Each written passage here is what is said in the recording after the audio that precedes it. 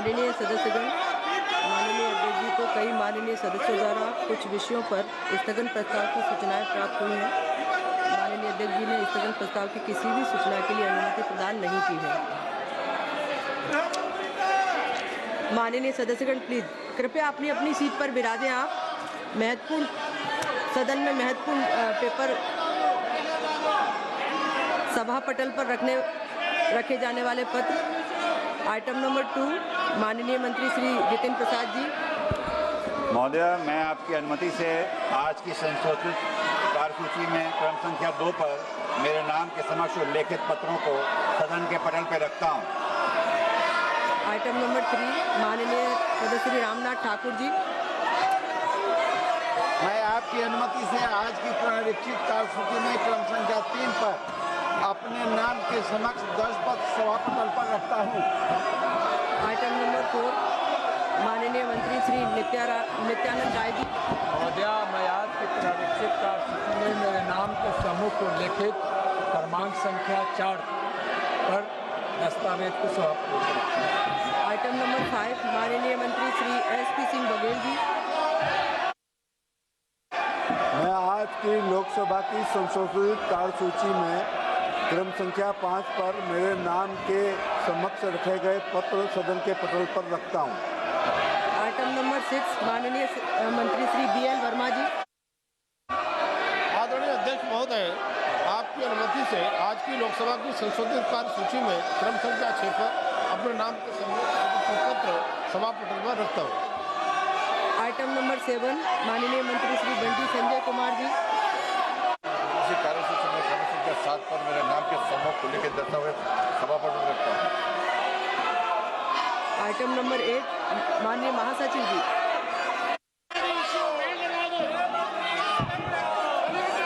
Sir, I lay on the table the following 4 bills passed by the Houses of Parliament during the 7th session of 18th Lok Sabha and assented to by the President since the report was last made to the House on the 29th January 2026.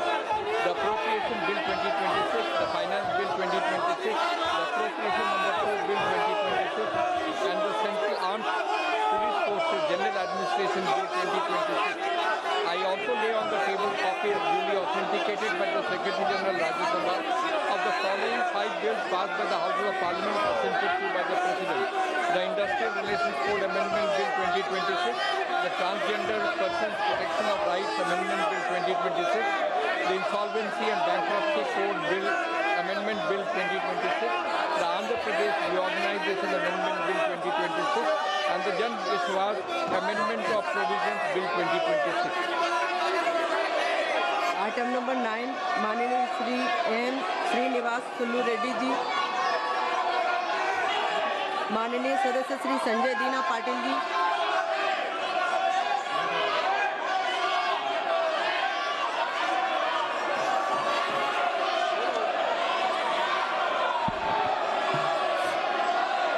Sir, I rise to lay the final action taken statement of the government on the recommendation, observation contained in the chapter 1 and 5 of the second report, 18th Lok Sabha of the Standing Committee on Housing and Urban Affairs on the action taken by the government on the recommendation, observations contained in the 21st report of the committee on the subject, Smart Cities Mission, listed against my name in today's list of business. Good.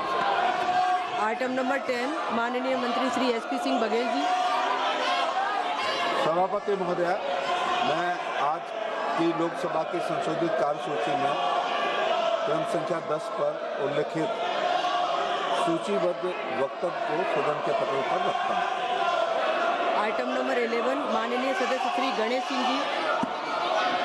महोदय, मैं प्रस्ताव करता हूं कि सभा द्वारा दिनांक 1/7/2024 को स्वीकृत प्रस्ताव में क्रम संख्या 7 के मत के पैरा 3 के अनुसार इस सभा के सदस्य अन्य पिछड़े वर्गों के कल्याण संबंधी समिति की पहली बैठक की तारीख से आरंभ होने वाली 1 वर्ष की अवधि के लिए समिति के सदस्यों के रूप में कार्य करने के लिए अपने में से 20 सदस्य एकल संक्रमणी मत द्वारा अनुपातिक प्रतिनिधित्व प्रणाली के अनुसार निर्वाचित करें।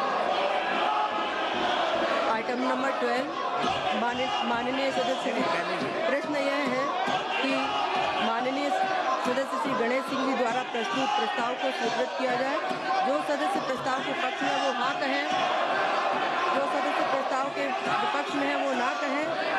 मेरे विचार में निर्णय हाँ वालों के पक्ष में हुआ, हाँ वालों के पक्ष में हुआ, प्रस्ताव स्वीकृत हुआ।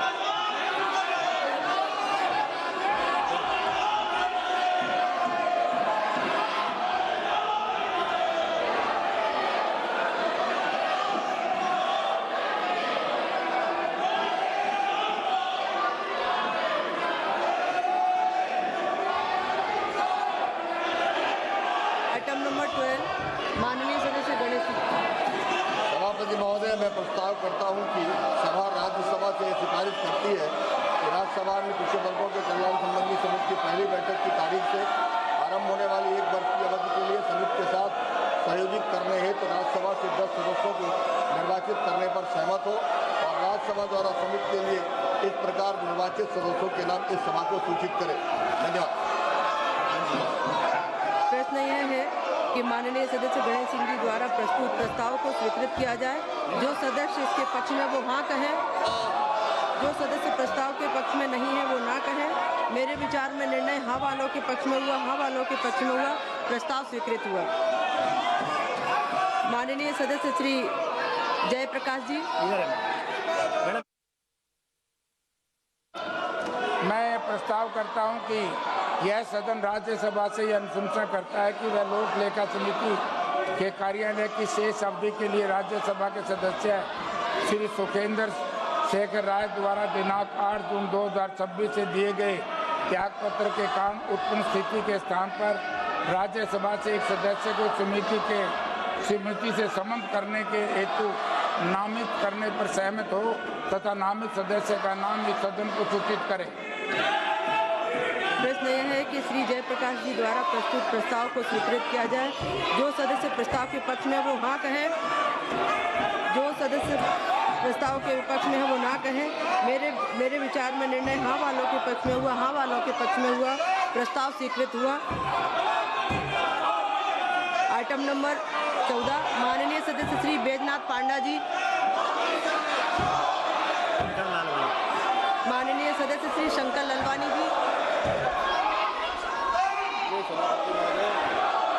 सरकारी उपक्रम महोदय, मैं सरकारी उपक्रम संबंधी समिति 2026-27 के साथ राज्यसभा के एक सदस्य के समायोजन का प्रस्ताव करता हूं कि यह सभा राज्यसभा के ये सिफारिश करती है कि राज्यसभा श्री देवेशी समानंद द्वारा 25 मई 2026 को राज्यसभा से प्राप्ति दिए जाने के परिणाम स्वरूप समिति के शेष कार्यकाल के लिए सरकारी उपक्रम संबंधित समिति के साथ सहयोजित करने हेतु राज्यसभा एक सदस्य को मनोनीत करने की सहमत हो और राज्यसभा द्वारा इस प्रकार मनोनीत सदस्य का नाम इस सभा को सूचित करे।